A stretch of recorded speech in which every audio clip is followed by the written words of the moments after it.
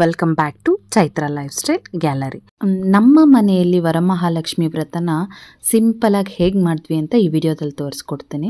ನಾವು ಬುಧವಾರ ಬೆಳಗ್ಗೆನೇ 5:30ಗೆ ಮಾರ್ಕೆಟ್ಗೆ ಹೂವು ಹಣ್ಣು ತರೋದಕ್ಕೆ ಹೊರಟ್ವಿ, ನಾನು ಮತ್ತು ನಮ್ಮಮ್ಮ. ಲಾಸ್ಟ್ ಟೈಮ್ ಗುರುವಾರ ಹೋಗಿ ಕಾಲಿಡೋಕ್ಕೂ ಜಾಗ ಆಗದೆ ವಾಪಸ್ ಬಂದು ಮತ್ತೆ ಯಲಹಂಕಕ್ಕೆ ಹೋಗಿದ್ವಿ.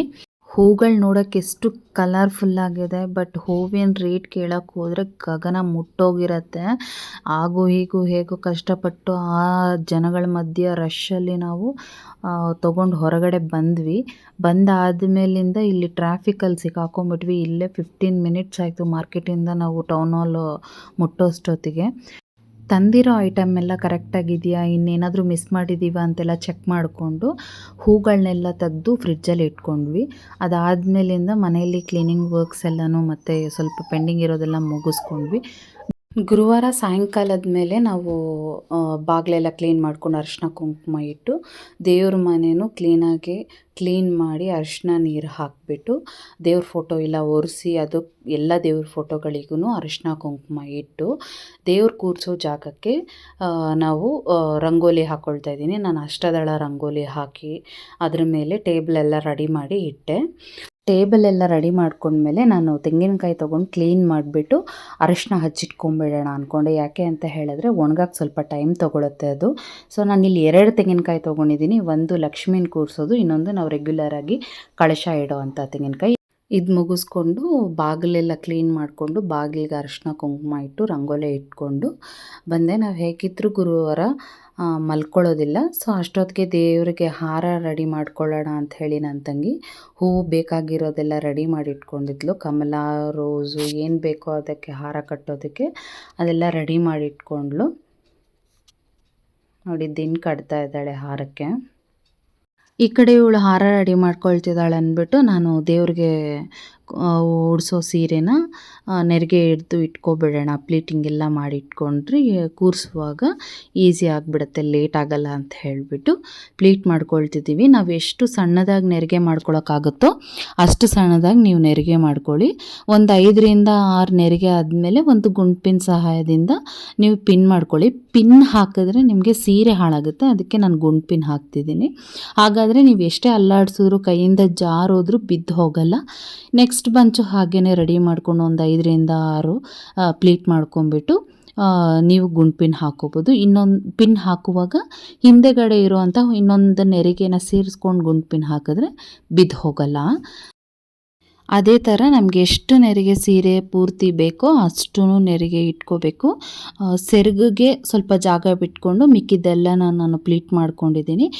ಎರಡಕ್ಕೂ ಈಕ್ವಲ್ಲಾಗಿ ನಾನು ಡಿವೈಡ್ ಮಾಡಿಕೊಂಡು ಅಲ್ಲೂ ಒಂದು ಪಿನ್ ಹಾಕಿ ಇಲ್ಲೂ ಒಂದು ಪಿನ್ ಹಾಕಿದ್ದೀನಿ, ಕನ್ಫ್ಯೂಷನ್ ಆಗಬಾರ್ದು ಅಂತ ಹೇಳಿಬಿಟ್ಟು ಪಿನ್ ಮಾಡಿ ಇಟ್ಕೊಂಡು ನೆಕ್ಸ್ಟು ಕೈನೂ ರೆಡಿ ಮಾಡ್ಕೊಳ್ಳೋಣ ಅಂತ ರೆಡಿ ಮಾಡ್ಕೊಳ್ತಿದ್ದೀನಿ. ನಾನು ಸೀರೆದೆ ಬ್ಲೌಸ್ ಕಟ್ ಮಾಡಿಲ್ಲ, ಅದು ಹಾಗೆ ಉಡಿಸಿದ್ದೀನಿ. ಇಲ್ಲಿ ಬೇರೆ ಹೊಸ ಬ್ಲೌಸ್ನ ತಗೊಂಡು ಅದರಲ್ಲಿ ಕೈಗಳಿಗೆ ಸುತ್ತಿ ರೆಡಿ ಮಾಡ್ಕೊಂಡು ಇಟ್ಕೊಂಡೆ. ಅಷ್ಟರೊಳಗೆ ನಾನು ಮುಖವಾಡನೂ ತೊಳೆದು ಇದಕ್ಕೆ ಅಲಂಕಾರ ಮಾಡೋಣ ಅಂತೇಳಿ ಸ್ಟಾರ್ಟ್ ಮಾಡಿದೆ. ಅಲಂಕಾರ ನೋಡಿ ಹೇಗಿದೆ, ನಿಮ್ಗೆ ಇಷ್ಟ ಆದರೆ ಕಮೆಂಟ್ ಮಾಡಿ ಹೇಳಿ ನಾನು ಅಲಂಕಾರ ಹೇಗೆ ಮಾಡಿದ್ದೀನಿ ಅಂತ ಹೇಳಿಬಿಟ್ಟು. ಇದಾದಮೇಲೆ ಅಷ್ಟೊತ್ತಿಗೆ ಟೈಮ್ ಸುಮಾರು ಒಂದು 3:30 ಆಗಿಬಿಟ್ಟಿತ್ತು. ಸರಿ ದೇವ್ರನ್ನ ಕೂರಿಸೋದಕ್ಕೆ ರೆಡಿ ಮಾಡ್ಕೊಬಿಡೋಣ ಅಂತ ದೇವ್ರ ಕೂರಿಸೋದಕ್ಕೆ ಪೀಠ ರೆಡಿ ಮಾಡಿ ಆ ಪೀಠಕ್ಕೂ ಅರಿಶಿನ ಕುಂಕುಮ ಎಲ್ಲ ಇಟ್ಟು ನಾನು ಅಕ್ಕಿ ಹಿಟ್ಟಿಂದ ಅಷ್ಟದಳ ರಂಗೋಲಿನ ಹಾಕ್ತಿದ್ದೀನಿ. ರಂಗೋಲಿ ಪುಡಿಯಿಂದ ನೀವಿಲ್ಲಿ ಹಾಕಬೇಡಿ, ಮನೆಯಲ್ಲಿ ಅಕ್ಕಿ ಹಿಟ್ಟು ಮಾಡಿಕೊಂಡು ಅಕ್ಕಿ ಹಿಟ್ಟಿನಿಂದ ನೀವು ರಂಗೋಲಿನ ಇಲ್ಲಿ ಬಿಡಿಸ್ಕೊಳ್ಳಿ. ನಿಮ್ಗೆ ಅಷ್ಟದಳ ರಂಗೋಲಿ ಬರಲಿಲ್ಲ ಅಂತ ಹೇಳಿದ್ರೆ ಸಿಂಪಲ್ಲಾಗಿ ಯಾವುದಾದ್ರೂ ಒಂದು ಕಮಲನೋ ಏನಾದರೂ ಒಂದು ಬಿಡಿಸ್ಕೊಳ್ಳಿ. ಅಲ್ಲಿ ರಂಗೋಲಿ ಬಿಡಿಸಿದ್ಮೇಲೆ ಬಾಳೆ ಎಲೆ ತೊಗೊಂಡು ಕ್ಲೀನ್ ಮಾಡಿಕೊಂಡು ನಾನು ಆ ಬಾಳೆ ಎಲೆ ಎಲ್ಲೂ ಅರ್ದಿರಬಾರ್ದು, ತೂತಾಗಿರಬಾರ್ದು ಅಂಥದ್ದನ್ನು ನೋಡಿ ತೊಗೊಳ್ಳಿ. ಕ್ಲೀನಾಗಿ ಅದನ್ನು ಅರಿಶಿನ ನೀರಿಂದ ತೊಳೆದು ಕ್ಲೀನ್ ಮಾಡ್ಕೋಬೇಕು. ಹಿಂದೆ ನೋಡಿ ಆ ಕಾಂಡ ಇರತ್ತಲ್ವ ಅದನ್ನು ಕ್ಲೀನಾಗಿ ತೆಳುವ ಕಟ್ ಮಾಡ್ಕೋಬೇಕು ನೀವು, ಯಾಕೆಂದರೆ ಕೂರಿಸಿದ್ರೆ ಕಳಶ ಅಲ್ಲಾಡಬಾರ್ದು. ಸೊ ನೋಡಿ ಈ ಥರ ರಂಗೋಲಿ ಮೇಲೆ ನಾನು ಬಾಳೆ ಎಲೆ ಹಾಕಿ ಅದರ ಮೇಲೆ ನಾನು ಕಳಶ ಕೆಳಗಡೆ ಹಾಕೋ ಅಂತಹ ಅಕ್ಕಿನ ಹಾಕಿ ಅದರ ಮೇಲೆ ಓಂ ಅಂತ ಹೇಳಿ ಬರೆದು ಅದಕ್ಕೂ ಸಹ ಅರಿಶಿನ ಕುಂಕುಮ ಇಟ್ಟು ಇದರ ಮೇಲೆ ನಾವು ಕಳಶ ಪ್ರತಿಷ್ಠಾಪನೆ ಮಾಡ್ಕೊಳ್ತೀವಿ. ದೇವಿಗೆ ಸೀರೆ ಉಟ್ಬಿಡೋಣ ಅಂತ ಹೇಳಿಬಿಟ್ಟು ಸೀರೆ ಉಡೋದಕ್ಕೆ ರೆಡಿ ಮಾಡ್ಕೊಳ್ತಿದ್ದೆ. ಆಗಲೇ ನಾನು ಪ್ಲೀಟ್ ಮಾಡೋದಕ್ಕೆ ಏನೇನು ಗುಂಡ್ಪಿನ್ ಹಾಕಿದ್ದೆ ಅದೆಲ್ಲ ತೆಗೆದುಬಿಟ್ಟು ಕ್ಲೀನಾಗಿ ನೆರಗನ್ನೆಲ್ಲ ಸ್ಪ್ರೆಡ್ ಮಾಡ್ಕೊಳ್ತಾ ಇದ್ದೀನಿ. ನಮಗೆ ಎಷ್ಟು ಬೇಕೋ ಅಷ್ಟು ನೆರಗನ್ನು ಸ್ಪ್ರೆಡ್ ಮಾಡಿಕೊಂಡು ಮೇಲ್ಗಡೆನೂ ಅಷ್ಟೇ ಸೆರಗೆಲ್ಲನೂ ಕ್ಲೀನಾಗಿ ಅರೇಂಜ್ ಮಾಡಿಕೊಂಡು ನಾವು ಏನು ಹಾಕ್ತೀವೋ ಇಲ್ವೋ ಫಸ್ಟು ದೇವಿಗೆ ಗೆಜ್ಜೆ ವಸ್ತ್ರನ ಫಸ್ಟ್ ಮೊದಲು ಹಾಕಬೇಕು. ಯಾವುದೇ ಒಡವೆ ಹಾಕೋಕ್ಕಿಂತ ಮುಂಚೆ ಗೆಜ್ಜೆ ವಸ್ತ್ರ ಹಾಕಬೇಕು. ಕಳಶಕ್ಕೆ ನಾವು ಯಾವಾಗಲೂ ಅರಿಶಿನ ಕೊಂಬು ಕಟ್ಕೊಳ್ಬೇಕು. ಇದೆಲ್ಲ ಆದಮೇಲೆ ನಾನು ಮನೆಗೆ ಕಳಶಕ್ಕೆ ರೆಡಿ ಮಾಡ್ಕೊಂಡ್ವಿ. ಫಸ್ಟು ನಾವು ಮನೆ ಕಳಶನ ಕೂರಿಸ್ಕೊಂಡ್ಬಿಟ್ಟು ಆಮೇಲೆ ದೇವಿನ ಕೂರಿಸ್ಕೋತೀವಿ. ಫಸ್ಟ್ ನೋಡಿ ಇವಾಗ ನಾನು ಮನೆ ಕಳಶ ಕೂರಿಸ್ತಾ ಇದ್ದಾರೆ ನಮ್ಮಮ್ಮ. ಕಳಶ ಕೂರಿಸಿದ್ಮೇಲೆ ಮೊದಲನೇದಾಗಿ ನಾವು ಮನೆ ದೇವರಿಗೆ ಪೂಜೆ ಮಾಡ್ಕೋಬೇಕು. ಅದಾದಮೇಲೆ ಅರಿಶಿನದಿಂದ ಮಾಡಿರೋಂತಹ ಗಣೇಶನ ಪ್ರತಿಷ್ಠಾಪನೆ ಮಾಡಿ ಪೂಜೆ ಮಾಡ್ಕೊತೀವಿ. ಅದಾದಮೇಲೆ ಕಳಶಕ್ಕೆ ದೇವಿ ಆಹ್ವಾನಿಗೆ ಇಟ್ಟಿರ್ತಕ್ಕಂತಹ ನೀರನ್ನು ನಾವು ಗಂಗಾ ಪೂಜೆ ಮಾಡಿ ಆಮೇಲೆ ಅದನ್ನು ನಾವು ಕಳಶಕ್ಕೆ ನೀರನ್ನ ಹುಯ್ತೀವಿ. ಅದಾದಮೇಲೆ ಕಳಶದ ನೀರಲ್ಲಿ ನಾವು ಅಕ್ಷತೆ, ಅರಿಶಿನ, ಕುಂಕುಮ, ಒಂದು ಬೆಳ್ಳಿ, ಚಿನ್ನ, ನಿಮ್ಮ ಹತ್ರ ಚಿನ್ನ ಇಲ್ಲ ಅಂತ ಹೇಳಿದ್ರೆ ಒಂದು 5 ರೂಪಾಯಿದ್ದು ಗೋಲ್ಡ್ ಕಾಯಿನ್ ಕೂಡ ಹಾಕೋಬೋದು ನೀವು. ಆಮೇಲೆ ಅದರಲ್ಲಿ ಡ್ರೈ ಫ್ರೂಟ್ಸ್ ಹಾಕಬೇಕು. ಖರ್ಜೂರ ಮತ್ತು ಕಲ್ಸಕ್ಕರೆ 5 ಅಥವಾ 6 ಗೋಡಂಬಿ, ಏಲಕ್ಕಿ, ಬಾದಾಮಿ ಮತ್ತು ಲವಂಗ, ಆಮೇಲೆ ಶಂಖ, ಚಕ್ರ ಮತ್ತು ಗುಲಗಂಜಿ, ಆಮೇಲೆ ಬಟ್ಲಡಿಕೆ, ಆಮೇಲೆ ಲಾವಂಚದ ಬೇರು ಸಿಕ್ಕಿದ್ರೆ ಲಾವಂಚದ ಬೇರು ಹಾಕ್ಕೊಳ್ಳಿ. ಆಮೇಲೆ ಅದೆಲ್ಲ ಹಾಕಿದ ಮೇಲೆ ನಾವು ಒಂದು 5 ವೀಳ್ಯದೆಲೆ, ಒಂದು 4 ಮಾವಿನ ಎಲೆ, 9 ಎಲೆ ಇಲ್ಲ ಅಥವಾ 5 ಎಲೆ ಯಾವ ಥರನಾದರೂ ನೀವು ತೊಗೋಬಹುದು. ನಂತರ ನಾವು ತೆಂಗಿನಕಾಯಿನ ಪ್ರತಿಷ್ಠಾಪನೆ ಮಾಡ್ಕೊಳ್ತಾ ಇದ್ದೀವಿ. ತೆಂಗಿನಕಾಯಿಗೆ ಬಳೆ ಎಲ್ಲ ಹಾಕಿ ಆಮೇಲೆ ಮುಖವಾಡ ಇಟ್ಕೊಳ್ತಾ ಇದ್ದೀನಿ ನಾನು. ಮುಖವಾಡ ಇಟ್ಕೊಂಡ್ಮೇಲೆ ನಂತರ ತಾಯಿಗೆ ನಾವು ಮಾಲೆ ಸಮರ್ಪಣೆ ಮಾಡಿ ಎಲ್ಲನೂ ಕರೆಕ್ಟಾಗಿದೆಯಾ ಅಂತೆಲ್ಲ ಒಂದ್ಸರಿ ಚೆಕ್ ಮಾಡ್ಕೊಂಡ್ವಿ. ದೇವಿ ಸರಿ ತುಂಬ ಚೆನ್ನಾಗಿ ಕೂತಿದ್ದಾರೆ ಅಂತ ಅನ್ನಿಸ್ತು ನೋಡಿದಾಗ. ಇದಾದಮೇಲಿಂದ ಮನೆಯಲ್ಲಿ ಒಂದು ಚಿಕ್ಕ ವಿಗ್ರಹ ಇತ್ತು ನಮ್ಮ ಹತ್ರ, ಲಕ್ಷ್ಮೀ ದೇವಿದು. ಆ ಲಕ್ಷ್ಮೀ ದೇವಿ ವಿಗ್ರಹಕ್ಕೆ ಕುಂಕುಮಾರ್ಚನೆ ಮಾಡಿಕೊಂಡು ಆಮೇಲೆ ಅಭಿಷೇಕನೂ ಮಾಡಿದ್ವಿ. ಅಭಿಷೇಕ ಆದಮೇಲೆ ಹೂವಿನ ಅರ್ಚನೆನೂ ಮಾಡ್ಕೊಂಡ್ವಿ. ನಾವು ಆ ಗಣೇಶನ ಮಾಡಿ ಇಟ್ಕೊಂಡಿದ್ವಲ್ಲ ಅದಕ್ಕೂ ಎಲ್ಲನೂ ಪೂಜೆ ಮಾಡಿದ್ವಿ. ನೋಡಿ ಎಷ್ಟು ಕಳೆ ತುಂಬಿರೋ ಹಾಗೆ ಕಾಣಿಸ್ತಾ ಇದೆ ಅಮ್ಮ.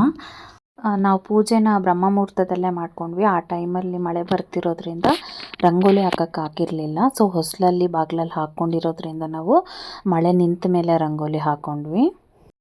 ಮತ್ತು ಸಾಯಂಕಾಲ ನಾವು ಗೋಧೂಳಿ ಲಗ್ನದಲ್ಲಿ ದೇವಿಗೆ ಪೂಜೆ ಮಾಡ್ಕೊಳ್ಳೋಣ ಅಂತ ಹೇಳಿಬಿಟ್ಟು ಎಲ್ಲ ತಯಾರಿ ಮಾಡ್ಕೊಂಡ್ವಿ. ಮಾಡಿಟ್ಕೊಂಡು ಅರಿಶಿನ ಕುಂಕುಮಕ್ಕೆಲ್ಲರನ್ನೂ ಕರೆದ್ಬಿಟ್ಟು ಬಂದ್ವಿ. ವರಲಕ್ಷ್ಮಿ ಹಬ್ಬ ಅಂದ್ರೇ ಹೆಣ್ಮಕ್ಕಳ ಹಬ್ಬ. ಒಂದು ಸಂಭ್ರಮದಿಂದ ಎಲ್ಲರೂ ಮನೇಲಿರೋರೆಲ್ಲ ಸೇರಿ ಖುಷಿಯಾಗಿ ಎಲ್ಲರೂ ಸಂಭ್ರಮದಿಂದ ವರಮಹಾಲಕ್ಷ್ಮಿ ವ್ರತನ ಆಚರಿಸ್ತೀವಿ. ಅರಿಶಿನ ಕುಂಕುಮ ಬರೋರಿಗೆಲ್ಲನೂ ಏನು ನಾವು ತಾಂಬೂಲ ಕೊಡ್ತೀವಿ ಅದನ್ನೆಲ್ಲ ರೆಡಿ ಮಾಡ್ಕೊಂಡ್ವಿ. ಅದಾದಮೇಲೆ ದೇವಿಗೆ ಮತ್ತೆ ಸಾಯಂಕಾಲ ಹೊಸದಾಗಿ ನೈವೇದ್ಯ ಎಲ್ಲ ಮಾಡಿ ಇಟ್ಕೊಂಡ್ವಿ. ಈ ವರಮಹಾಲಕ್ಷ್ಮಿ ವ್ರತನ ಅದ್ಧೂರಿಯಾಗೆ ಮಾಡಬೇಕು ಅಂತ ಏನೂ ಇಲ್ಲ, ನಮ್ಮ ಶಕ್ತಿಗೆ ಅನುಸಾರವಾಗಿ ಮಾಡಬೇಕು, ಭಕ್ತಿಯಿಂದ ಮಾಡಬೇಕಷ್ಟೇ. ನಾವೆಷ್ಟು ಭಕ್ತಿಯಿಂದ ನಿಷ್ಠೆಯಿಂದ ಮಾಡ್ತೀವೋ ಆ ಲಕ್ಷ್ಮೀ ತಾಯಿಗೆ ಅಷ್ಟು ಸಂತೃಪ್ತಳಾಗ್ತಾಳೆ.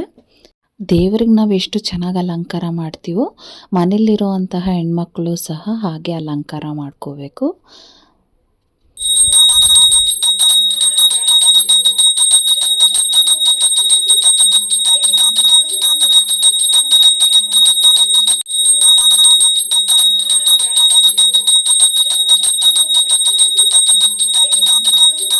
ಪೂಜೆ ಎಲ್ಲ ಮುಗಿಸಿ ಅರಿಶಿನ ಕುಂಕುಮಕ್ಕೆ ಕೊಡೋದಕ್ಕೆ ಬಳೆ ಮತ್ತು ಎಲೆ ಪ್ರಸಾದ ಎಲ್ಲ ರೆಡಿ ಮಾಡ್ಕೊಂಡ್ವಿ. ಬಂದಿರೋ ಅಂಥವರಿಗೆ ಫಸ್ಟು ನಾವು ಅರಿಶಿನ ಕುಂಕುಮ ಕೊಟ್ಟು ಆನಂತರ ನಾವೇನು ಕೊಡ್ತೀವಿ ತಾಂಬೂಲನ ಅದನ್ನು ಕೊಟ್ಟು ಅವ್ರ ಹತ್ರ ಆಶೀರ್ವಾದ ತಗೊಳ್ತೀವಿ. ಅರಿಶಿನ ಕುಂಕುಮ ಕೊಟ್ಟಿದ್ದೆಲ್ಲ ಆದಮೇಲೆ ಕೆಂಪಾರತಿ ಮಾಡ್ಕೋಬೇಕು. ಆ ಕೆಂಪಾರತಿ ನಾವು ದೇವರಿಗೆ ಪೂಜೆ ಮಾಡೋಕ್ಕೆ ಮುಂಚೆನೇ ಕೆಂಪಾರತಿ ಮಾಡಿ ದೇವ್ರ ಹತ್ರ ಇಟ್ಬಿಟ್ಟಿರ್ತೀವಿ. ನೀವಿಲ್ಲಿ ಕೆಂಪಾರತಿದು ದೀಪಗಳು ಬರುತ್ತಲ್ಲ ಅದರಲ್ಲೂ ಮಾಡ್ಕೋಬೋದು, ಇಲ್ಲಾಂದರೆ ನಾವು ಎಲೆಯಲ್ಲೂ ಸಹ ಮಾಡ್ಕೋಬೋದು.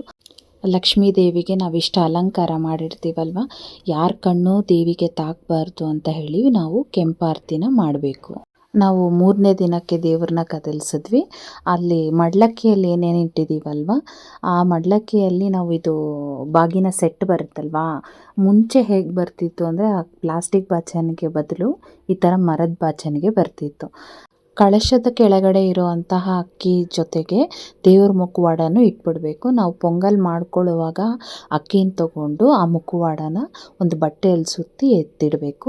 ದೇವರಿಗೆ ನಾವು ಹಾಕಿರೋ ಅಂತಹ ಒಡವೆ ಮತ್ತು ಸೀರೆನ ನಾವು ಒಂದು ಮೈ ಮೇಲೆ ಒಂದು 5 ನಿಮಿಷನಾದರೂ ಹಾಕ್ಕೋಬೇಕು. ದೇವ್ರನ್ನ ತೆಗೆದ ಮೇಲೆ ಆ ಜಾಗನ ಖಾಲಿಯಾಗಿ ಇಡಬಾರ್ದು, ಅಲ್ಲೊಂದು ದೀಪನಾದರೂ ಅಂಟಿಸ್ಬೇಕು.